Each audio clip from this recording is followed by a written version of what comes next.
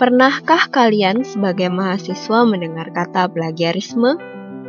Di dalam dunia akademis, menghindari plagiarisme merupakan hal yang sangat penting untuk diperhatikan. Hal ini berkaitan dengan salah satu prinsip akademis yang disebut dengan academic honesty atau kejujuran akademis. Video pembelajaran ini bertujuan untuk memberikan pengertian, batasan, contoh, sanksi, serta cara menghindari plagiarisme. Pernahkah Anda melihat sebuah penjiplakan ide seperti ini? Atau melihat pembajakan film seperti ini?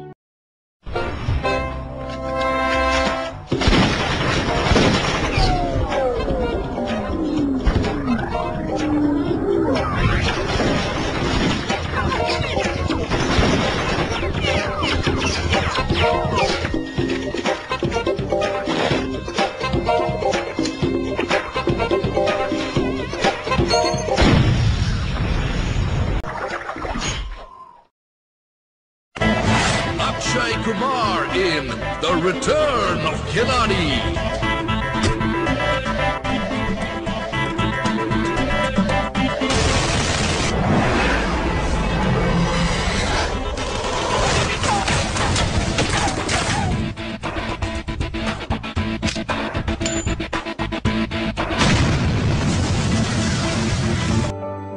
Atau poster film yang serupa seperti ini.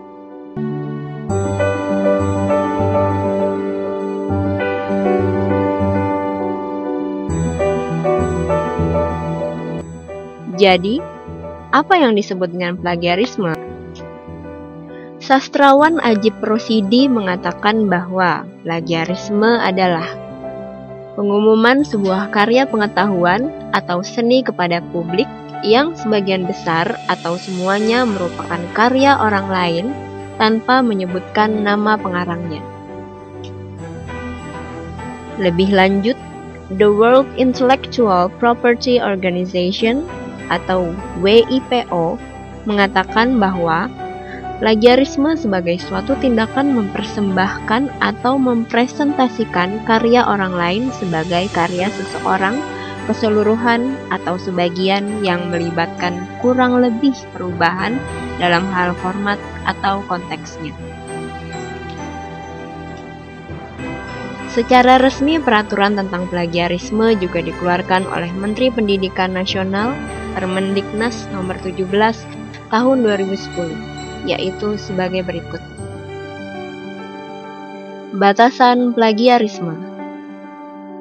Jadi, dalam membuat karya ilmiah atau karya tulis, hal-hal apa saja yang dapat digolongkan dan disebut sebagai plagiarisme? Pertama, mengambil secara penuh karya orang lain. Hal ini adalah tindakan plagiarisme yang paling ekstrim.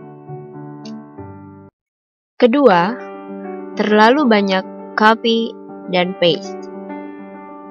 Gunakan tombol Ctrl plus C dan Ctrl plus V dengan bijaksana. Ketiga, parafrase yang terlalu mirip. Keempat, self-plagiarism. Artinya, mengutip informasi dari karya Anda sendiri tanpa menyebutkan sumbernya. Kelima, menuliskan sumber kutipan yang tidak eksis atau salah tulis. Perhatikan nama pengarang, alamat URL-nya, atau informasi bibliografi lainnya dengan seksama agar sumber kutipan dapat ditemukan. Keenam, terlalu banyak mengutip, sehingga keaslian tulisan Anda sendiri menjadi kurang jelas dan terlalu didominasi oleh kutipan. Ketujuh, jumlah sitasi yang dituliskan untuk kutipan di dalam teks jumlahnya tidak sama dengan jumlah daftar sumber yang tertera dalam daftar pustaka. Kedelapan, saat mengutip seringkali terjadi ketidakjelasan. Bagian mana yang Anda kutip dari sumber kutipan dan bagian mana yang Anda buat sendiri. Hal ini terjadi karena ketidakjelasan tanda kutip atau penyebutan sumber. Contoh plagiarisme. Berikut adalah beberapa contoh tulisan yang melanggar isu plagiarisme dari beberapa karya tulis ilmiah yang dibuat oleh para mahasiswa baru di UPH.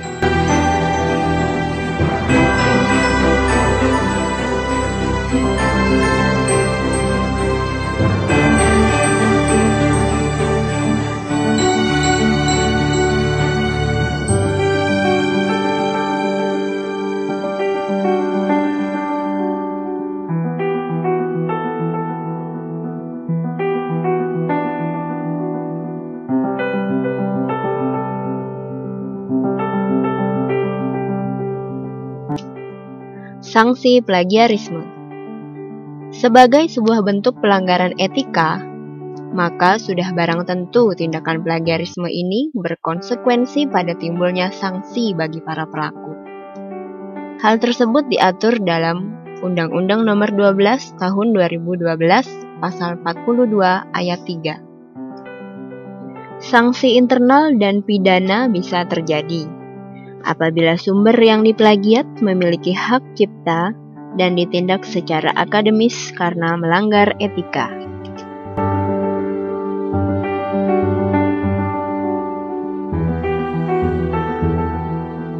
Sanksi sosial bagi si pelaku plagiarisme bisa terjadi dalam bentuk dikucilkan, dikecam, tidak dihargai, dan tidak dihormati.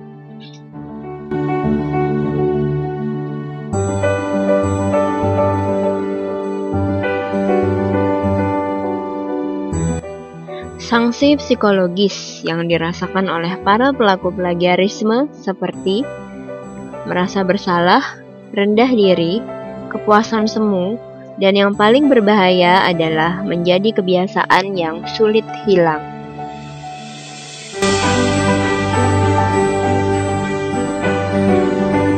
Menghindari plagiarisme. Jadi, bagaimana cara menghindari plagiarisme? Memang hal ini tidak mudah untuk dilakukan. Hal ini juga memerlukan sikap diri dan kedisiplinan untuk menumbuhkan kejujuran serta belajar keterampilan menulis yang lebih baik. Ada beberapa saran untuk mahasiswa dalam menghindari plagiarisme dalam penulisan karya tulis, yaitu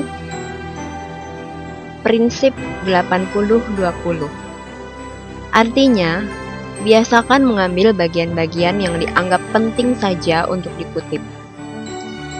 Banyak mahasiswa yang tergoda untuk mengambil bagian-bagian yang tidak primer, hanya dengan alasan agar tulisan mereka terlihat bagus, atau mereka terlihat pintar. Hal yang bisa Anda kutip seharusnya dibatasi pada hal-hal yang benar-benar penting, seperti hal berikut: teori, definisi, konsep, proses, pernyataan, fakta, data angka, tahun, timeline, dan hal-hal lain yang tidak bisa dihafal. Prinsip just the way it is.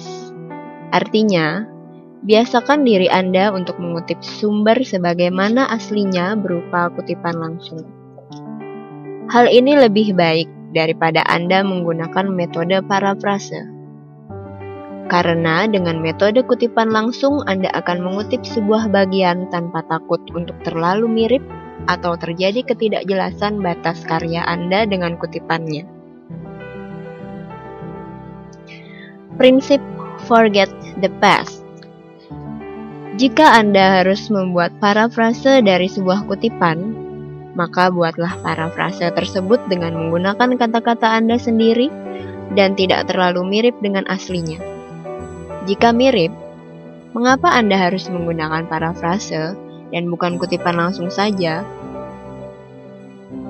Tips untuk membuat parafrase yang baik adalah: pertama, bacalah materi yang hendak dikutip beberapa kali. Kedua, pahami isinya dan tuliskan semua ide utama di dalamnya.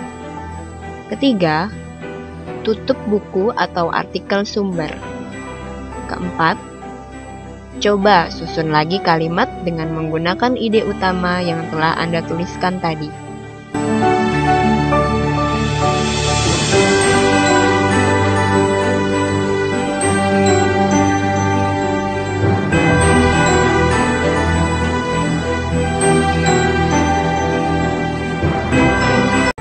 Prinsip hindari ranjau. Dalam mencari sumber untuk dikutip, kita perlu berhati-hati dan bersikap selektif terhadap sumber yang akan kita gunakan.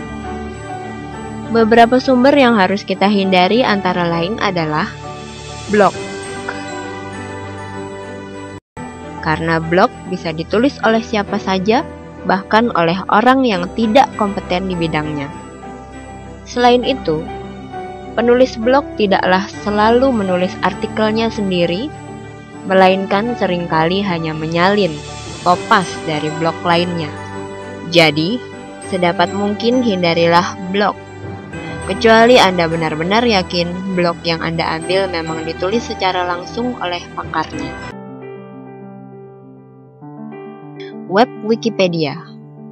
Sebab Wikipedia tidak memiliki prinsip kepenanggung-jawaban yang jelas dalam hal penulisnya. Siapa saja bisa menuliskan sesuatu dan mengubah informasi tentang sesuatu. Batasi penggunaan situs berdomain.com untuk komersil, .net untuk umum, .biz untuk bisnis, dan situs yang tidak ilmiah lainnya. Sebaliknya, fokuskan pencarian pada berbagai situs yang berdomain .edu untuk pendidikan, .gov untuk pemerintah, .org untuk organisasi, di mana domain-domain tersebut tidak dengan mudah dapat dibuat oleh perseorangan, tapi membutuhkan otorisasi institusi dan organisasi untuk mendapatkan izin penggunaan domainnya. Pilih dan gunakan secara konsisten sebuah model citasi sesuai dengan bidang ilmu. Apabila Anda tidak memahami cara menuliskan citasi dan daftar pustaka, jangan takut. Sebab saat ini banyak sekali alat bantu untuk membantu Anda membuat citasi untuk kutipan di teks, serta membuat daftar pustaka di akhir tulisan dengan mudah. Contohnya, dengan menggunakan beberapa alat berikut ini. bipme.org. Anda tinggal memasukkan nomor ISBN buku yang Anda ingin buat citasi dan daftar pustakanya. Lalu BIPME akan langsung menyusunnya untuk Anda. Yang perlu Anda lakukan hanyalah membuat akun login secara gratis.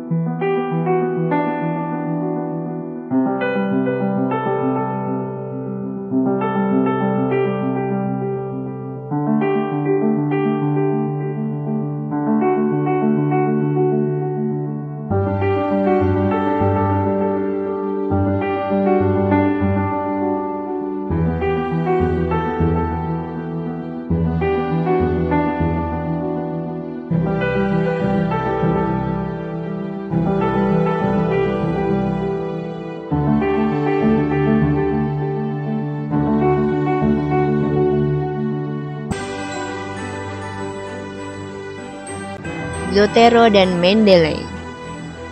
Dua aplikasi pengelola data bibliografi ini merupakan aplikasi terlengkap dan terbaik untuk digunakan sebagai pengelola sumber untuk karya tulis. Dengan mengunduh aplikasi ini dari zotero.org dan mendeley.com serta membuat akun, Anda bisa melengkapi browser internet Anda dengan aplikasi ini untuk mendokumentasikan berbagai sumber informasi seperti artikel, PDF, file video, audio, dan sebagainya yang kita dapatkan saat kita berselancar.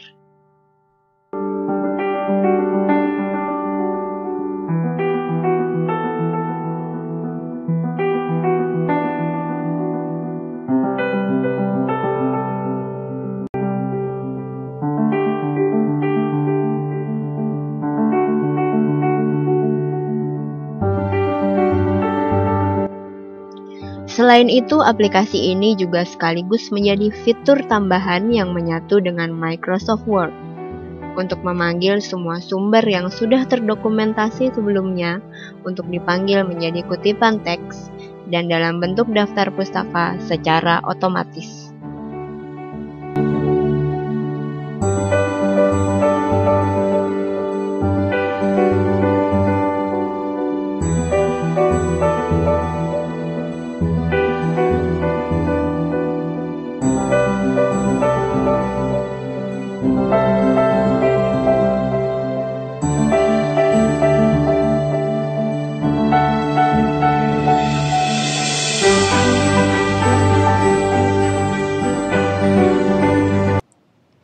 Semoga penjelasan kami ini bermanfaat. Sampai jumpa dalam video lainnya tentang Information Literacy Training Program dari Perpustakaan Johannes Untoro.